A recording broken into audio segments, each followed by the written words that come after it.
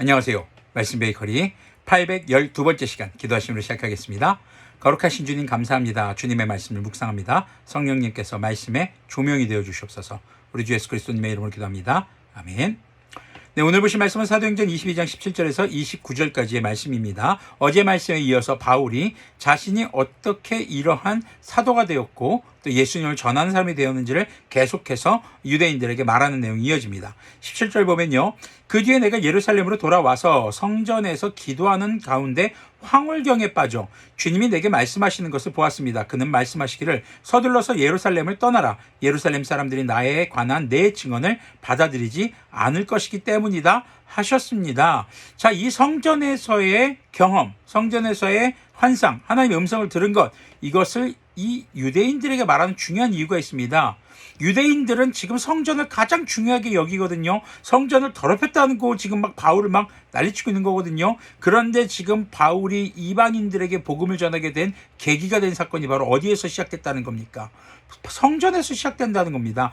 다마스쿠스에서는 예수님을 만나고 그가 회개하고 세례를 받았습니다. 그런데 이제 성전에서는 이 이방인들을 향해서 복음을 전해야 하는 것을 하나님께서 말씀하신 것을 지금 증언하고 있는 것이죠. 그래서 내가 말하였습니다. 주님, 내가 주님을 믿는 사람들을 가는 곳마다 회당에서 잡아가두고 때리고 하던 사실을 사람들이 잘 알고 있습니다. 그리고 주님의 증언자인 스데반이 피를 흘리고 죽임을 당할 때에 나도 곁에 서서 그 일에 찬동하면서 그를 죽이는 사람들의 옷을 지키고 있었습니다. 그때 주님께서 말씀하시기를 가라. 내가 너를 멀리 이방 사람들에게로 보내겠다 하셨습니다. 바울은요, 지금 이방 사람들에게 가라라고 하는 그런 자신에게 말씀하고 계신 하나님에게 무엇을 얘기합니까? 자신이 과거에 저질렀던 죄를 다시 한번 고백합니다. 제가 이렇게 했습니다. 제가 이런 잘못도 저질렀습니다. 그런데 하나님 저보고 가라고요? 하나님의 반응이 어떻습니까? 가라는 것입니다. 왜요? 하나님이 그렇게 결정하셨거든요.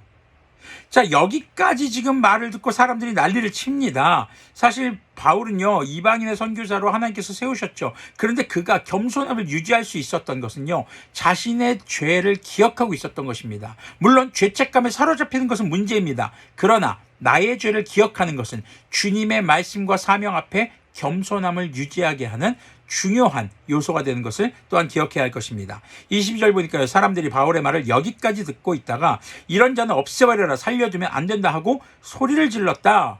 지금 유대인들은 이걸 받아들일 수 없는 겁니다. 왜요? 어떻게 거룩한 성전에서 신성모독을 했던 예수님을, 그렇게 죽임당했던 예수님을 증거하라고 하나님께서 이 사람을 세우셨는가? 받아들일 수 없겠죠. 그리고 그들은 고함을 치며 옷을 벗어던지며 공중에 먼지를 날렸다. 그때 천부장이 바울을 병영 안으로 끌어들이라고 명령하였다. 천부장이 보기에는 참 이해가 안 되는 그런 장면이 될 수 있겠죠.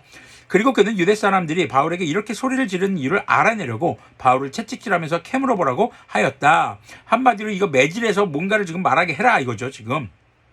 그들이 채찍질을 하려고 바울을 눕혔을 때 바울은 거기에 서 있는 백부장에게 로마 시민을 유죄 판결도 내리지 않고 매질하는 법이 어디에 있소? 하고 말하였다. 백부장이 이 말을 듣고 천부장에게 와서 어떻게 하시렵니까? 이 사람은 로마 시민입니다 하고 알렸다. 그러자 천부장이 바울에게로 와서 내게 말하시오. 당신이 로마 시민이요? 하고 물었다. 바울이 그렇다고 대답하니 천부장은 나는 돈을 많이 들여서 이 시민권을 얻었어 하고 말하였다. 바울은 나는 나면서부터입니다 하고 말하였다. 그러자 바울을 신문하려고 하던 사람들이 곧 물러갔다. 천부장도 바울이 로마 시민이라는 사실을 알고는 그를 결박해 놓은 일로 두려워하였다. 로마 시민을 어떤 적당한 판결, 유죄 판결도 없이 이렇게 매질을 했다가는 그 형벌의 배에 해당하는 그 더 큰 이 벌을 받게 될 수 있습니다. 특히 이 천부장은요, 날 때부터 로마 시민이 아닙니다. 이렇게 돈을 주고 시민권을 산 경우에요. 그런데 바울은요, 태어날 때부터 로마 시민이랍니다. 이것은요, 당시 천부장이 함부로 건드려서는 안 될 사람을 지금 건드려버린 거예요. 그걸 알고 지금 두려워하고 있는 겁니다. 하나님께서 왜 바울이어야만 했을까? 왜 바울이어야만 이방인들에게 복음을 전하게 할 수 있었을까? 왜 하필 예수님을 믿는 사람들을 잡아 죽이러 다니던 바울이어야만 했는가? 하나님은요, 이 바울 한 사람의 변화를 통해서 바울이 가져왔던 과거의 모든 스펙을 복음을 전하는 데 사용하게 하시는 것입니다. 유대인 중에 유대인, 바리새인 중에 바리새인, 그 중에서도 가장 유대인들이 존경하는 스승으로부터 배운 사람, 그런데 그가 예수 믿고 회개했습니다. 자신이 과거에 유대인으로서 했던 행동을 죄로 인정하고 회개하고 있는 것이죠. 그리고 또 당시 로마의 지배를 받고 있잖아요. 로마의 시민권, 태어날 때부터 로마 시민권입니다. 그는 그의 출신 성분을 복음을 전하면서 한 번도 자랑하거나 그러진 않았습니다. 하지만 이렇게 아주 절체절명의 위기의 순간에 이 로마의 시민권이라는 것을 이용해서 위기에서 벗어나곤 했었죠. 바울이 아닌 다른 사도들이라면 여기서 벗어날 방법이 없는 겁니다. 그렇기 때문에 하나님께서는 바울을 이방인의 사도로 세우신 것이죠. 제가 이야기를 왜 하냐고요? 바로 여러분이기 때문에 여러분에게만 맡기시는 하나님의 사명이 있다라는 것입니다. 사람은 사람마다 출신이 다르고 경험이 다릅니다. 그렇기 때문에 그 사람만이 할 수 있는 하나님의 사명이 있다라는 것이죠. 우리는 그것을 발견해야 합니다. 그것이 우리의 비전입니다. 그리고 내가 그것을 해야만 하기 때문에 하나님은 나를 선택하셨다라는 것이죠.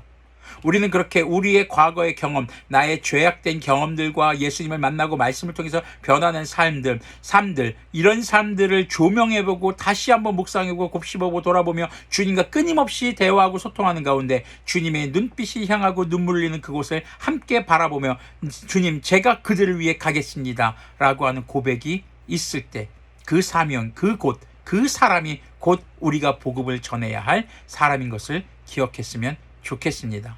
주님께서는요, 여러분들을 그렇게 살아오게 하신 이유가 있을 것입니다. 여러분들이 그렇게 태어나고 그렇게 살아왔고 지금까지 그런 삶을 살아오게 하신 데에는 반드시 주님의 사명을 맡기기 위한 그런 필요한 것들을 갖추게 하시는 삶의 부분이었다는 것을 꼭 기억하시길 바랍니다.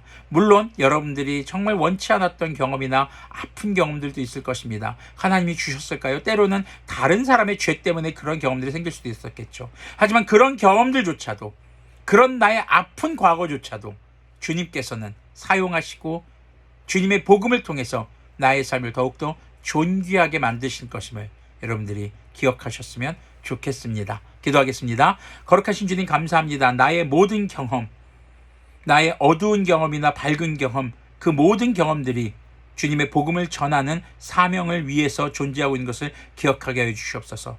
때로는 내가 떠올리기도 싫고 생각하기도 싫은 그 경험들이, 나의 삶의 요소들이 주님의 손에 들릴 때 아주 훌륭한 복음을 전하는 도구가 될 수 있는 것을 기억하게 해주시고, 우리가 주님의 시선으로 나의 삶을 바라보며 우리의 삶을 더욱더 사랑하며 그 사랑함으로 또한 이웃을 사랑할 줄 아는, 그렇게 주님께서 주신 사명을 사랑함으로 감당하는 우리가 되게 하여 주시옵소서. 우리 주 예수 그리스도님의 이름으로 기도합니다. 아멘. 네, 여러분들의 흑역사라고 생각할지 모르는 것들을 주님의 시선으로 다시 한번 바라보는 그런 오늘의 삶이 되기를 소망합니다.